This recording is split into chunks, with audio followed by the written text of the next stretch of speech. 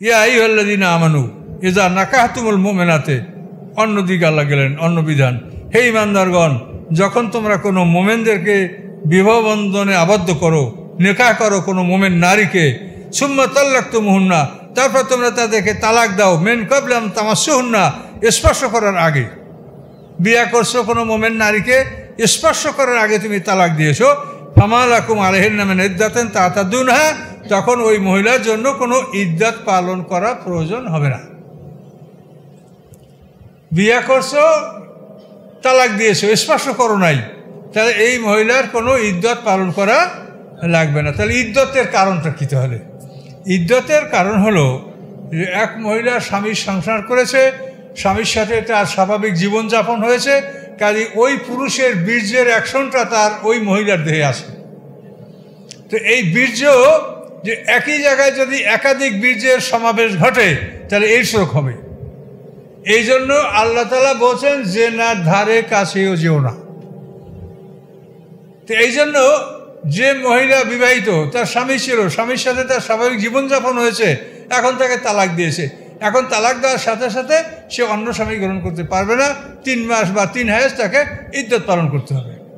যাদের হায়েজ আছে তারা 3 হায়েজ, আর হায়েজ না থাকলে 3 মাস। কেন?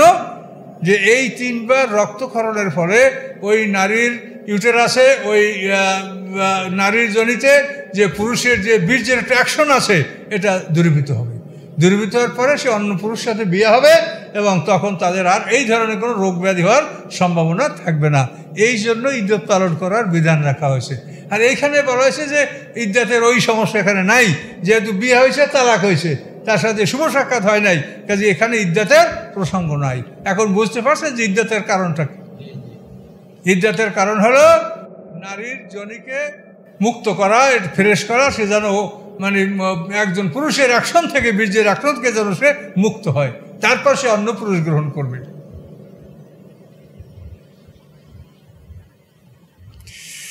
এভাবে তালাক দিলে কি করতে হবে? ফামাত্তিউহুন্না, তাদেরকে কাপড় চোপড় দাও, ভোগবিলাস, কাপড় চোপড়, পরনের জামা, পাজামা, ওড়না 1 জোড়া করে দাও, জুতা দাও, স্যান্ডেল দাও ইত্যাদি। ওয়াসাররিহুন্না সারআন জামিলা, এবং তাদেরকে অতি সুন্দরভাবে তোমরা বিদায় করো। কোনো রকম কষ্ট দিবে না, অপমানজনক কথা বলবে না, সুন্দরভাবে ন্যায়সঙ্গতভাবে বিবাহ হয়েছে, তালাক হয়ে গেছে, কাজেই সুন্দরভাবে তাদেরকে পোশাক আশাক দিয়ে বিদায় করো। মহারণা উল্লেখ থাকলে অর্ধেক মহারণা দিয়ে দাও, আর মহারণা উল্লেখ থাকলে, উল্লেখ যদি না থাকে তাহলে তারা মহারণার কিছুই পাবে না, উল্লেখ থাকলে অর্ধেক মহর ওই মহিলা পাবে।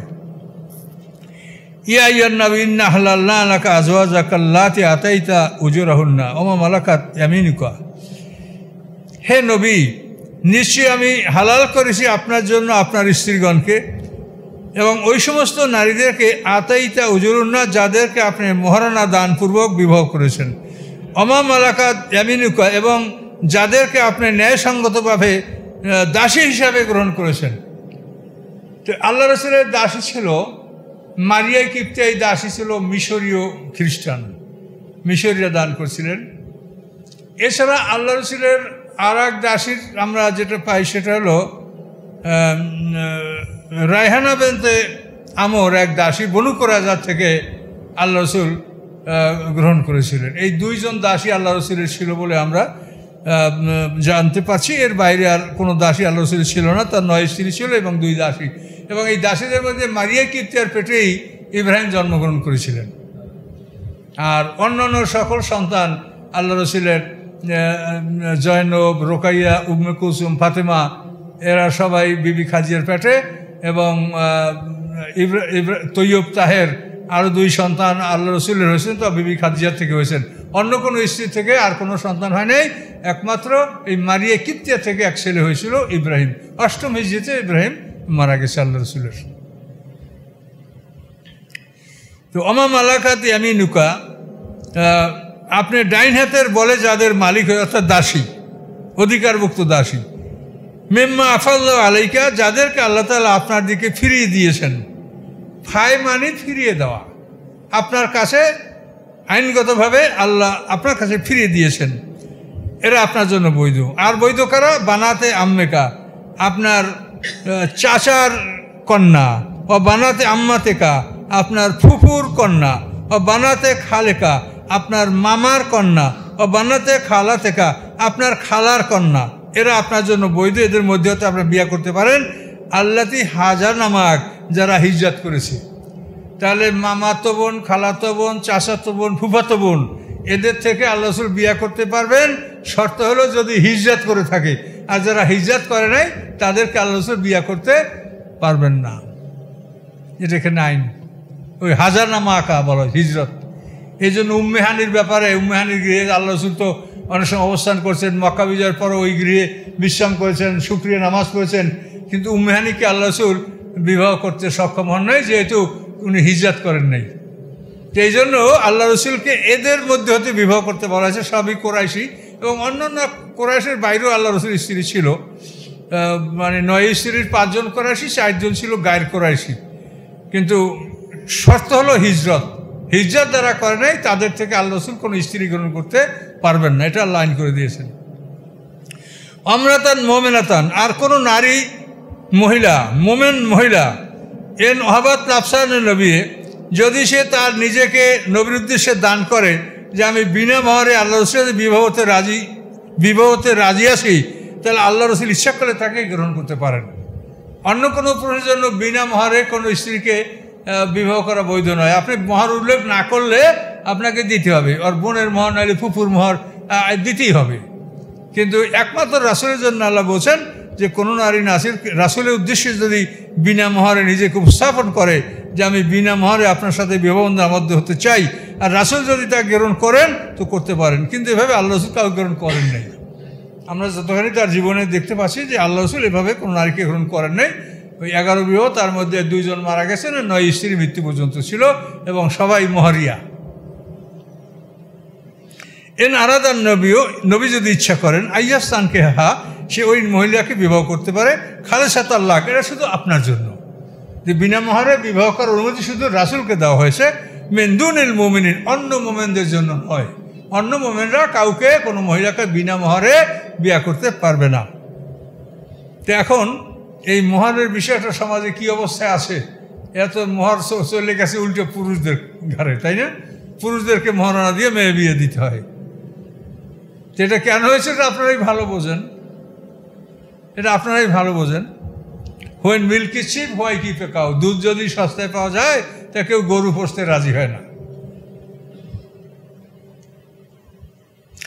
কদ আলেম না ফারাজ না আলিম পি আজওয়াজহিম, আল্লাহ বলেন আমি জানি যে তাদের স্ত্রীদের ব্যাপারে আমি কি মহারণা ধার্য করেছি। মহারণাটা আল্লাহ স্পষ্ট বলেন নাই। আল্লাহ বলেন আমি কি করেছি আমি জানি। আমা মালাকাত আইমানুকুম, এবং তোমাদের দাস দাসীদের ব্যাপারে আমি যা বিধান করেছি, আল্লাহ বলেন এটা আমি জানি। লেখাইলা ইয়াকুন আলাইকা হারাজুন, যে যার ফলে আপনার উপরে যেন কোনো রকম সংকীর্ণতা না থাকে। ওখান আল্লাহ গাফুর রহিমা, আল্লাহ তাআলা ক্ষমাশীল এবং দয়াবান। তো এই দাসীদের ব্যাপারটা আল্লাহ যে বিধান করেছেন সেটা আল্লাহ জানে এটা কেন করেছেন, আমরা এটা বিস্তারিত বলেছি। আর মহরের ব্যাপারটা আল্লাহ বলছেন যে এটা আমি নির্ধারণ করেছি, কিন্তু আমি এটা স্পষ্ট করি নাই। এই জন্য এই মহরের বিষয়টা আমরা দেখতে পাচ্ছি যে আল্লাহ রসুল এটা সবচাইতে নিম্ন মহর 10 দিরহাম পর্যন্ত হতে পারে, এর চাইতে কম মহরের কথা আল্লাহ রসুল বলেন নেই, 10 দিরহাম। আর মধ্যম মহর হলো ফাতিমি মহর। হযরত ফাতিমা রাদিয়াল্লাহু তাআলার বিবাহে 200 দিরহাম মহর ছিল, 200 দিরহাম। তো এভাবেই মহরের মানে কত উপরে হতে পারে আর কোনো সীমা নেই। স্বর্ণের স্তূপ মহর হতে পারে, এবং কমপক্ষে 10 দিরহাম। তো এই যে আমরা একটা পিছনে বিবাহ জয়নব বিনতে জাহাজ, যার বিয়াটা আল্লাহ রাসূল নিজের ছেলের সাথে দিয়েছিলেন, এখানে আল্লাহ রাসূল তার মহরণা দিয়েছিলেন 10টা স্বর্ণমুদ্রা আর 60টা রৌপ্য মুদ্রা, আর তার জন্য 50 ছা খেজুর আর 60 ছা গম, এগুলি আল্লাহ রাসূল দিয়েছিলেন। এগুলি দিয়ে ওই যায়েদ ইবনে হারেসাকে বলছে যে এগুলি নিয়ে তুমি তোমার স্ত্রীকে নিয়ে তুমি সংসার করো। আল্লাহ রাসূল ওখানে এইটা ব্যয় করেছিলেন মহারণা হিসেবে। 10টা স্বর্ণমুদ্রা আর 60টা হলো রৌপ্য মুদ্রা, আর বাকি গম খেজুর এগুলো দান করেছে। 100 কেজির মতো বা তারও একটু উপরে খেজুর আর 50 কেজির মতো গম, এগুলো আল্লাহ রাসূল দিয়েছিলেন। মোহরের ব্যাপারটা এটা কোনো নির্ধারিত নাই। বিবি খাদিজাকে আল্লাহ রাসূল বিয়া করেছেন, 20টা উট দিচ্ছেন মোহর, 20টা উট বিবি খাদিজা। তারপরে উম্মে হাবিবাকে আল্লাহ রাসূল বিয়া করেছিলেন, তার মোহর ছিল 400 স্বর্ণমুদ্রা। আবু সুফিয়ানের কন্যা, বড় নেতার মেয়ে। তো এই মোহরটা আল্লাহ রাসূল নিজের পক্ষ থেকে পরিশোধ করতে হয় নাই। এটা মিশরের যে মানে নাজ্জাশী, মিশর তো আবিসিনিয়া, এই আবিসিনিয়ার বাদশা নাজ্জাশীর ওখানে এই উম্মে হাবিবের বিয়া হয়েছিল। উম্মে হাবিব ওখানে হিজরত করে চলে গেছিলেন স্বামী সহ। পরে ওখানে স্বামী মারা গেছে, পরে আল্লাহ রাসূল চিঠি দিয়েছেন এবং নাজ্জাশীকে বলেছেন যে আপনার মাধ্যমে যেন এই বিবাহটা সম্পন্ন করা হয়। তখন নাজ্জাশী তার এক দাসী পাঠাইছিল, সেই দাসীর নাম হচ্ছে আব্রাহা। সেই দাসীর মাধ্যমে আল্লাহ রাসূলের চিঠির প্রস্তাব উম্মে হাবিবাকে জানানো হয়েছে। উম্মে হাবিবা বিবাহে রাজি এবং সন্তুষ্ট হয়েছেন। এরপরে মহারণা ধার্য হয়েছে 400 দিনার স্বর্ণমুদ্রা। তো এই নাজ্জাশী, এই সব মোহরটা নাজ্জাশী নিজের পক্ষ থেকে উম্মে হাবিবাকে দিয়ে দিয়েছিলেন এবং আব্রাহা দাসীর মাধ্যমে এই মোহরটা তাকে পৌঁছে দেওয়া হয়েছিল। তখন উম্মে হাবিবা 50টা দিনের আব্রাহাকে দিয়েছিল, কিন্তু আব্রাহা বলছে যে না, আমার রাজা আপনার থেকে কোনো কিছু গ্রহণ করতে নিষেধ করেছে। ওই 50টা দিনার সে দিয়েছিল আব্রাহা দাসীকে, উম্মে হাবিবা কিন্তু তা সে গ্রহণ করে নেই। তো এইভাবে আল্লাহ রাসূলের জীবনে এই যে ব্যবধান মোহরের, এটা মোহর হতে পারে যা এসছে তাই, কিন্তু 10 দিরহামের কম হতে পারে না। কিন্তু এভাবে যেন 10 দিরহামই মোহর না হয়, এটা হলো একটা জায়েজের ফতুয়া। কিন্তু এটা বিবেচনা অনুযায়ী মোহর দিতে হবে এবং মোহরটা আপনারা সাথে সাথে স্ত্রীকে দিয়ে দিবেন। কিন্তু স্ত্রীকে সাথে সাথে দিয়ে দেওয়ার ফলে যদি এমন হয় যে আপনার মালটা নষ্ট হয়ে যাবে, তো এটা সংরক্ষণ পদ্ধতিতে তাকে মালটা দিবেন যাতে নষ্ট না হয়। আপনি মোহরে 5 লক্ষ টাকা, তার দিয়ে আপনি একটা জমি কিনে দেন বা একটা কিছু কিনে দেন যাতে এই জিনিসটা নষ্ট না হয়ে যায়। আবার কোনো মহিলা এমন আছে টাকাটা এমনি নষ্ট করে ফেলবে, এটাও কিন্তু কোরআনে সতর্ক করছে যে নির্বুদ্ধের হাতে তোমাদের সম্পদ দিয়ে দিও না। কাজে এই জন্য মোহর দিবেন, কিন্তু এটা এমনভাবে দিবেন যাতে এটা কাজে আসে। আপনি স্ত্রীকে মোহর দিলে কি ক্ষতি আছে বলেন? আপনি যখন বিয়ে করছেন তখন যদি 10,000 টাকা সম্পত্তি দিয়ে থাকতেন, তো এখন দেখতেন যে 10 লক্ষ টাকার সম্পত্তি হয়ে গেছে, বাকি কোটি টাকার সম্পদ হয়ে গেছে। আপনার ছেলেমেয়েরাই তো পাবে, মারা গেলে আপনি পাবেন, ছেলেমেয়েরা পাবে, অসুবিধা কোথায়? কিন্তু মোহরটা না দেওয়ার প্রবণতাটা এইটাই বেশি। ফাঁকি ঝুঁকি দিয়ে কীভাবে মোহর না দিয়ে পারা যায়, এই চেষ্টা এটা যেন সমাজে না হয়। কোরআনে পরিষ্কার বলছে যে মোহর দিয়ে দাও। মোহর আদায় না করে মরে গেলে এটা ঋণ স্বামীর। সম্পত্তি বন্টনের আগে স্ত্রীর মোহর পরিশোধ করার পরে বাকি সম্পদ বন্টন করতে বলেছেন আল্লাহ তাআলা। খালি মোহরের ব্যাপারে সতর্ক হতে হবে। ওয়াকান আল্লাহু গফুরার রহিমা। 50 নম্বর আয়াত চলে আসছে। আস্তাগফিরুল্লাহ আল্লাযী লা ইলাহা ইল্লা হুয়াল হাইয়ুল কাইয়্যুম ওয়া আতুবু ইলাইহি লা হাওলা ওয়া লা কুওয়াতা ইল্লা বিল্লাহিল আলিয়্যিল আযীম। আল্লাহুম্মা সাল্লি আলা মুহাম্মাদ ওয়া আলা আলি মুহাম্মাদিন কামা সাল্লাইতা আলা ইব্রাহিম ওয়া আলা আলি ইব্রাহিম ইন্নাকা হামিদুম মাজিদ।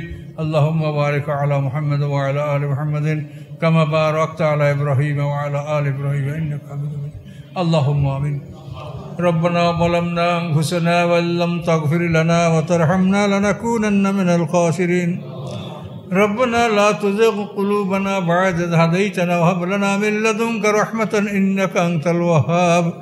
ربنا لا تؤاخذنا إن نسينا أو أخطأنا. ربنا ولا تحمل علينا إصرا كما حملته على الذين من قبلنا. ربنا ولا تحملنا ما لا طاقة لنا به. واعف عنا واغفر لنا وارحمنا أنت مولانا فانصرنا على القوم الكافرين. رب ارحمهما كما ربياني صغيرا. رب ارحمهما كما ربياني صغيرا. رب ارحمهما كما ربياني صغيرا. سبحان ربك رب العزة عما يصفون. سلام على المرسلين. الحمد لله رب العالمين. السلام عليكم.